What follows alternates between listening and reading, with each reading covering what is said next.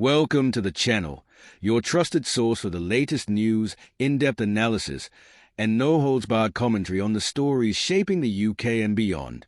If you're passionate about uncovering the truth, holding leaders accountable, and staying informed, you're in the right place. We bring you the headlines that matter and the perspectives that others shy away from. Don't forget to hit the like button, subscribe, and become part of our fast-growing community committed to staying ahead of the curve. Nigel Farage has delivered a scathing critique of Keir Starmer's alleged cover-up strategy, taking to social media to expose what he describes as a calculated attempt to mislead the public. His fiery remarks have sparked widespread debate, adding fuel to the already intense scrutiny surrounding the Prime Minister's handling of a controversial case. In today's video, we will delve into Farage's pointed comments, unpacking his allegations and examining their implications. Alongside this, we'll bring you the latest headlines from across the country, covering the key stories that are shaping the national conversation. From the corridors of Westminster to the reactions pouring in from every corner of the UK, there's a lot to explore. Your support keeps us going, so let's dive straight into today's discussion. This morning, Prime Minister Keir Starmer addressed mounting criticism over allegations that he was involved in a Southport cover-up, following his admission of prior knowledge of key details surrounding the tragic attack. The controversy comes in the wake of his earlier acknowledgement that the British state had failed 3 young girls who were brutally murdered by Axel Ruder during a Taylor Swift dance class last summer. The shocking nature of the crime and the subsequent handling of the case have sparked widespread outrage, putting Starmer and his government under intense scrutiny. Speaking publicly for the first time since the controversy erupted, Starmer declared that Southport must mark a turning point in how such cases are managed. Southport must be a line in the sand, he stated firmly, vowing that nothing would be off the table in the forthcoming inquiry. He promised meaningful change, but he was quick to acknowledge the public's frustration and growing skepticism. "I know people will be watching right now," he admitted, "and they'll be saying we've heard all this before. The promises, the sorrow, the inquiry that comes and goes, and the inability to change. Frankly, this has become the oxygen for wider conspiracy theories, and I understand why."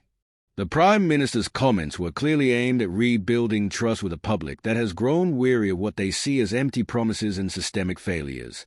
Yet his words were met with mixed reactions, as many questioned whether this inquiry would deliver the transparency and accountability that the victims' families, and indeed the nation, are demanding. Addressing allegations of his personal involvement in a cover-up, Starmer offered a robust defense of his actions and the broader work of public servants. "I want to put on record that yesterday's guilty verdict only happened because hundreds, if not thousands, of dedicated public servants worked tirelessly towards it. Many of them endured absolutely harrowing circumstances, particularly those in the police and the Crown Prosecution Service. That is their job, and they are brilliant at it."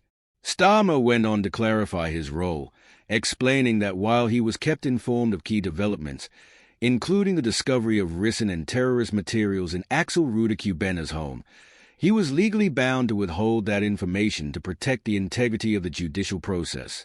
"It was not my personal decision to withhold this information," he explained, "any more than it was a journalist's personal decision not to print or write about it. That is the law of the land, and it is in place for the reasons I've set out, to protect the integrity of the system and to ensure that the victims and their families get the justice they deserve." These comments, however, are unlikely to quell the backlash entirely.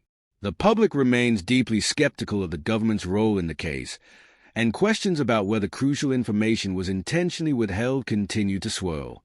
Starmer's pledge for change will now face intense scrutiny as the nation demands answers and accountability. Many are asking whether this tragedy could have been prevented if authorities had acted more decisively or communicated more transparently. Adding fuel to the fire, Reform Party leader Nigel Farage weighed in with a scathing critique of the Prime Minister's handling of the situation. Farage accused Starmer of hiding behind the contempt of court argument to deflect criticism. "This is simply untrue," Farage declared. "The country needed to know the truth about this murderer and that he was known to the authorities. Even MPs were banned from asking questions about this man's background. Cover-Up Keir convinces no one. Farage's comments echo the frustrations of many who feel that the government's approach to transparency has been deeply flawed. In a video posted online shortly after the guilty verdict was announced, Farage recounted his own efforts to raise questions about the case in its early days. In the wake of that horrendous murder of those 3 girls in Southport last summer, just 24 hours afterwards, there was a huge amount of speculation about who the suspected murderer was. I put out this video and I asked this basic question: was this guy being monitored by the security services? Some reports say he was, others, less sure. I just wonder whether the truth is being withheld from us. Farage went on to criticize the lack of answers from key government figures, stating, "No answer came from the police, no answer came from the Prime Minister, no answer came from the Home Secretary." For daring to ask a question that the public deserved to know and should have known, I was completely vilified. This is two-tier policing. This is a two-tier governmental approach to who lives in this country. It is an outrage. The depth of Farage's anger was palpable as he described the fallout from his initial questions. 3 times this young man was reported to prevent, and they clearly haven't acted correctly. It seems that other members of his family knew what his intentions were, and we have had one of the worst cover-ups I think I've ever seen in my lifetime. I was completely vilified for daring to ask these questions, but now it's clear. I was right all along. The political fallout from this case is likely to intensify in the coming weeks, with both the government and opposition parties under pressure to address systemic failings. Critics argue that the PREVENT program, designed to identify and intervene in cases of radicalization, is in urgent need of reform. Others point to broader issues within the criminal justice system, including resource constraints and bureaucratic inefficiencies, as contributing factors to the tragedy.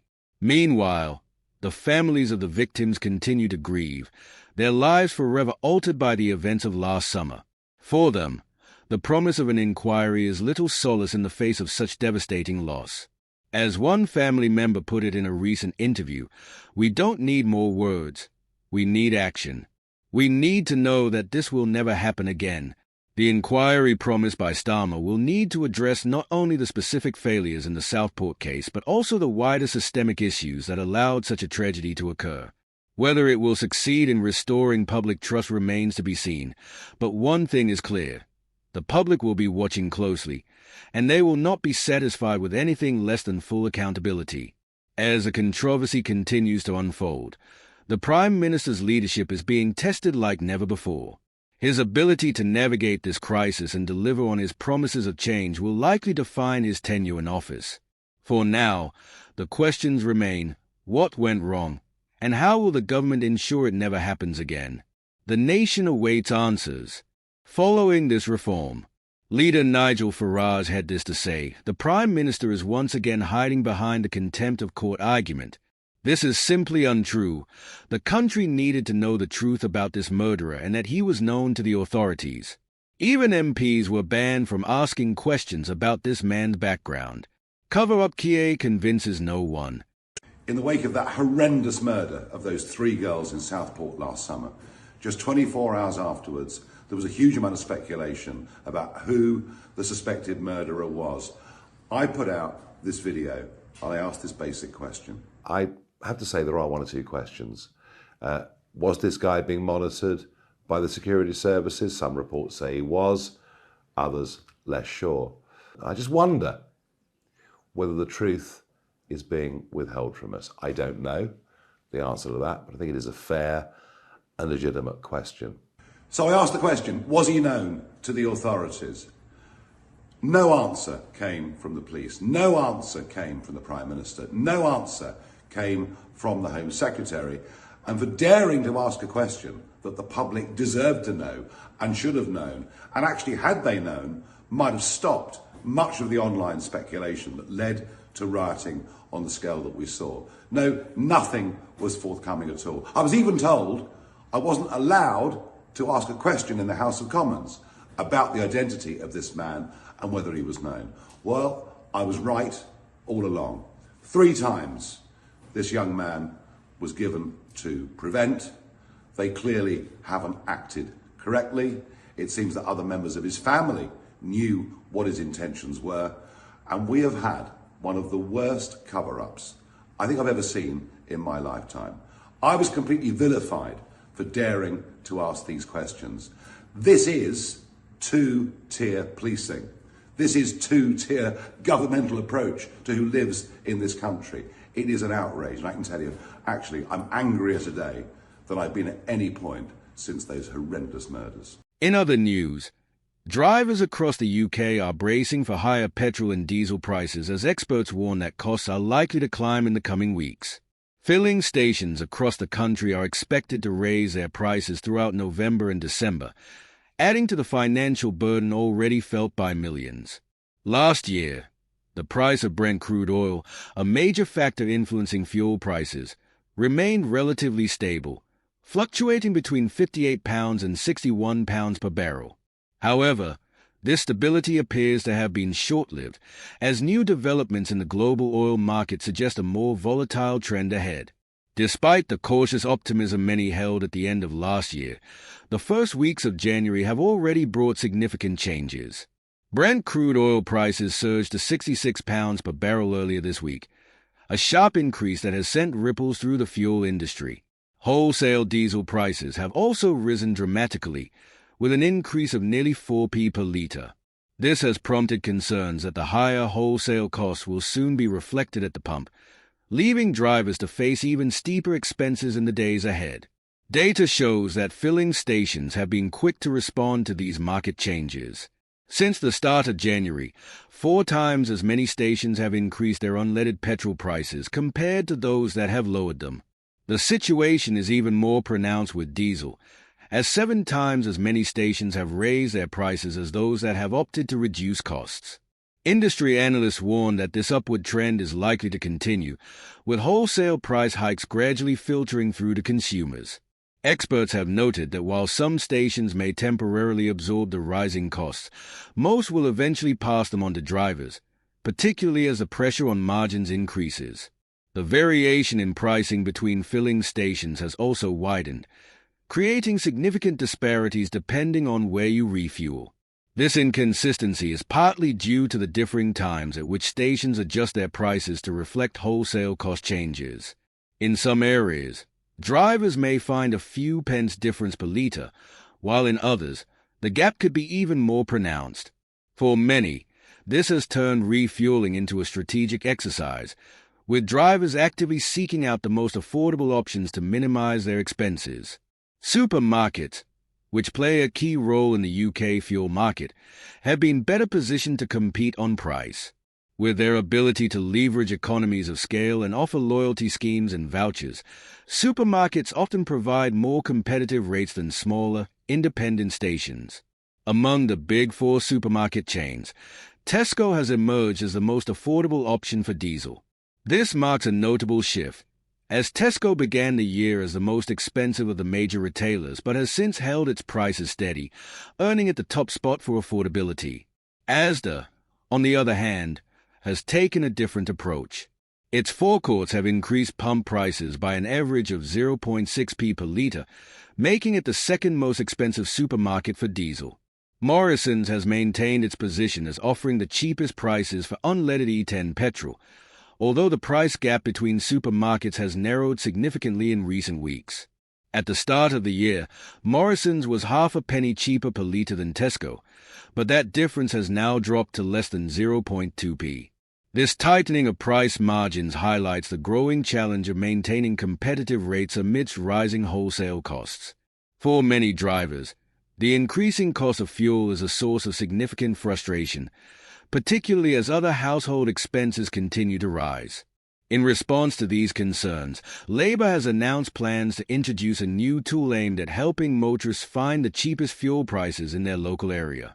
The Fuel Finder tool, currently in development, is designed to provide real-time information on fuel prices across the country. By giving drivers access to this data, Labour hopes to empower consumers to make more informed choices and save money at the pump.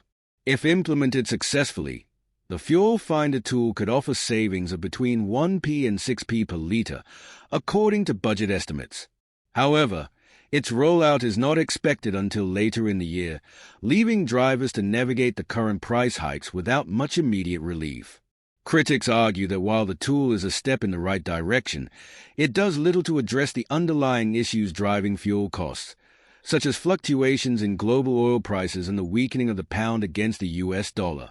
As the situation unfolds, drivers are left to contend with the financial strain of rising fuel prices while hoping for more comprehensive solutions from policymakers. The impact of these increases is being felt not just by individual motorists but also by businesses reliant on transportation, which may, in turn, pass on their higher operating costs to consumers. What are your thoughts on the rising cost of fuel and the measures being proposed to address it? Do you believe the Fuel Finder tool will make a meaningful difference, or is it simply a short-term fix for a much larger issue? Let us know your thoughts in the comments section below. Don't forget to like this video and subscribe to the channel for more in-depth coverage of the stories that matter most. Your support helps us continue to provide insightful and relevant content, so thank you for being a part of our community. Take care, and we'll see you in the next video.